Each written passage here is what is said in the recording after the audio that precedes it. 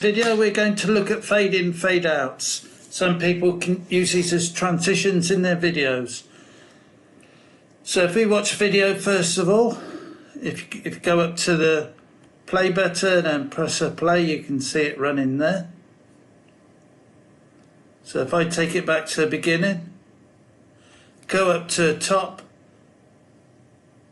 right hand side, third one down from the right hand side, tap on fade,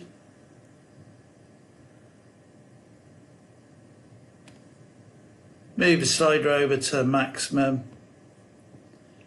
and if we watch the video, you can see it fade in, fade out. If you found value in this video, please like and subscribe at the end of this playlist to watch more ClipChamp videos.